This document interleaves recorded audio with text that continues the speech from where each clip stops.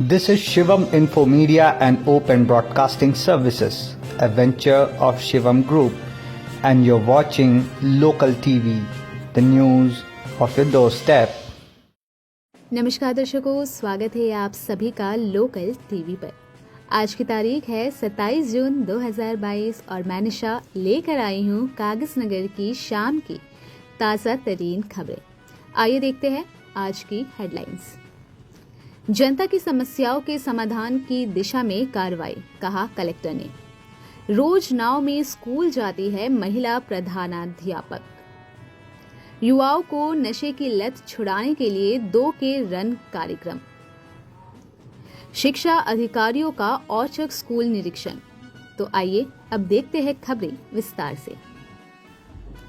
जिला कलेक्टर श्री राहुल राज ने कहा कि जन संबोधन कार्यक्रम में मुद्दों के समाधान के लिए याचिकाकर्ताओं द्वारा किए गए आवेदनों पर संबंधित विभागों के अधिकारी विशेष ध्यान दें। सोमवार को जिला केंद्र स्थित समाहरणालय भवन में प्रचार अभियान के तहत याचिकाकर्ताओं से आवेदन प्राप्त हुए। जिले में आदिवासी अस्थायी शिक्षक संघ के प्रतिनिधियों ने बताया कि 2018 से जिले के विभिन्न आश्रम विद्यालयों में अस्थायी शिक्षक के रूप में कार्य करने वालों को 3 माह का वेतन दिया जाएगा, जो वर्तमान में CRT बहाली की मांग को लेकर आवेदन दिया गया था। रेबेना अंचल के गोलेठी गांव के गौतमी नगर गांव निवासी चंद्रशेखर ने कहा कि वो जन्म से ही विकलांग था और उसे विकलांगता पेंशन नहीं मिल रही है। जन्यूर अंचल के गौरी कोलगुंडा गांव के आत्राम राजू ने याचिका दायर कर अपनी जमीन का ब्यौरा मांगा है, जो धरनी पोर्टल में उपलब्ध नहीं है। आसिफाबाद जोन सेंटर के बाजारवाड़ी इलाके की रहने वाली राजा बेगम ने कहा कि उन्हें तेला में कपड़े धोने का काम मिला। बिना कोई जानकारी दिए तेला द्वारा नौकरी से निकाले जाने के बाद उन्हें नौकरी से हाथ धोना पड़ा और गरीब होने के कारण नौकरी के लिए आवेदन किया। पेंचकलपेट अंचल के कोंडापल्ली गांव निवासी सप्पी ईश्वरी ने अपने आवेदन में कहा कि वन अधिकारी उन्हें मेरे भूखंड पर खेती करने से रोक रहे हैं और उनसे जांच करने और मेरे साथ न्याय करने को कहा है। संबंधित विभागों के अधिकारियों ने कहा कि वे जनता से प्राप्त आवेदनों पर विशेष ध्यान दें और समाधान की दिशा में काम करें। कोमरम भीम आसिफाबाद जिला में शिक्षकों पर अक्सर आरोप लगते हैं कि वो कर्तव्य के प्रति लापरवाह होते हैं, परंतु कोमरम भीम जिले में एक महिला शिक्षक रजिता है जो हर रोज जान जोखिम में डालकर बच्चों को पढ़ाने के लिए स्कूल जाती है। वो 70 फीट गहरी नदी में लकड़ी की नाव पर बैठकर स्कूल जाती है और इसी तरह लौट कर आती है। स्कूल जाने के लिए नदी ही एकमात्र मार्ग है। टीचर बसानी रजिता आसिफाबाद शहर से 24 किलोमीटर की यात्रा करके तेलंगाना राज्य के कोमरम भीम के पहाड़ी आसिफाबाद जिले के केरामेरी राजस्व क्षेत्र इंदापुर में अपने स्कूल तक पहुंचती है। दूरी तय करने के लिए वो परिवहन के 3 अलग अलग तरीकों को अपनाती है, जो उसकी यात्रा को अद्वितीय बनाती है और उसके प्रयास को अलग बनाती है।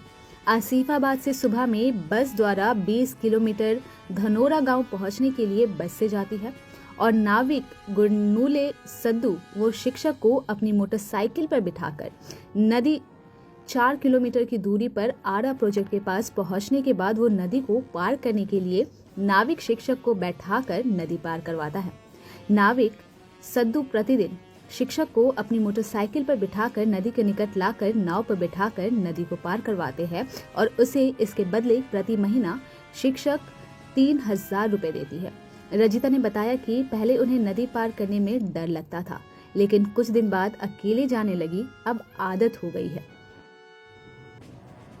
कोमरम भीम जिला केंद्र आसिफाबाद में वानकड़ी CI श्रीनिवास और SI डिकोंडा रमेश ने अंतर्राष्ट्रीय नशा विरोधी दिवस के अवसर पर रविवार सुबह वानकड़ी पुलिस थाने के सामने वानकड़ी पुलिस के तत्वावधान में 2 के दौड़ शुरू की। इस 2 के रन में क्षेत्र के युवाओं ने भाग लिया, जो युवाओं में गांजा और नशीले पदार्थों के बारे में अधिक जागरूकता पैदा करने के लिए स्थापित किया गया था। 2 की दौड़ थाने के सामने से शुरू हुई और RTO चेक पोस्ट के जरिए वापस थाने पहुंची। इस अवसर पर लगभग 100 युवाओं ने बड़े उत्साह के साथ इस दौड़ में भाग लिया। सीआई और एसआई ने भी युवाओं को प्रेरित करने की दौड़ में अग्रणी भूमिका निभाई। सीआई श्रीनिवास ने युवाओं से नशे को ना छूने की कसम खिलाई। इस मौके पर सीआई ने कहा, युवाओं को नशे का आदी नहीं होना चाहिए। उन्होंने कहा कि नशा सुख से शुरू होता है और दुख पर समाप्त होता है। माता पिता अपने बच्चों को गलत दोस्तों के साथ संगत ना रहे, इसका विशेष रूप से ध्यान रखना चाहिए। उन्होंने कहा कि नशे की लत लगने के बाद कष्ट उठाने का कोई मतलब नहीं है और भविष्य अंधकार में डूब जाएगा। कहा जाता है कि मस्तिष्क के तंत्रिका तंत्र को नुकसान स्थायी मानसिक विकलांगता की संभावना को बढ़ाता है।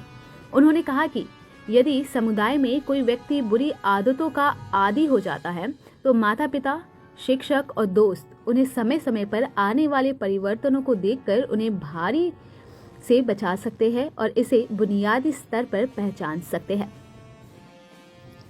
उन्होंने कहा कि गांजा के शिकार हुए बिना अपने भविष्य के लिए नशीला पदार्थ पैदा करने वाले युवाओं पर मुकदमा चलाया जाएगा और उनके खिलाफ मामले दर्ज किए जाएंगे।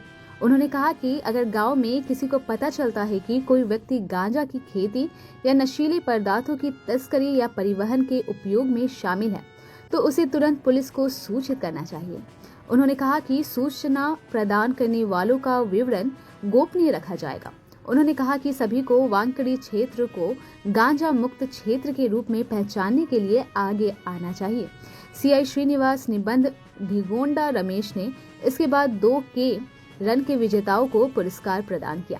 इस कार्यक्रम में सीआई श्रीनिवास, निबंध ढिगोंडा रमेश, महिला निबंध लावण्या एवं निबंध ओम पॉल, पुलिस कर्मियों, युवाओं, व्यापारियों आदि ने भाग लिया। आज जिले के डीईओ यानी शिक्षा अधिकारी अशोक कुमार जी ने स्कूल की चेकिंग का ऑर्डर दिया है।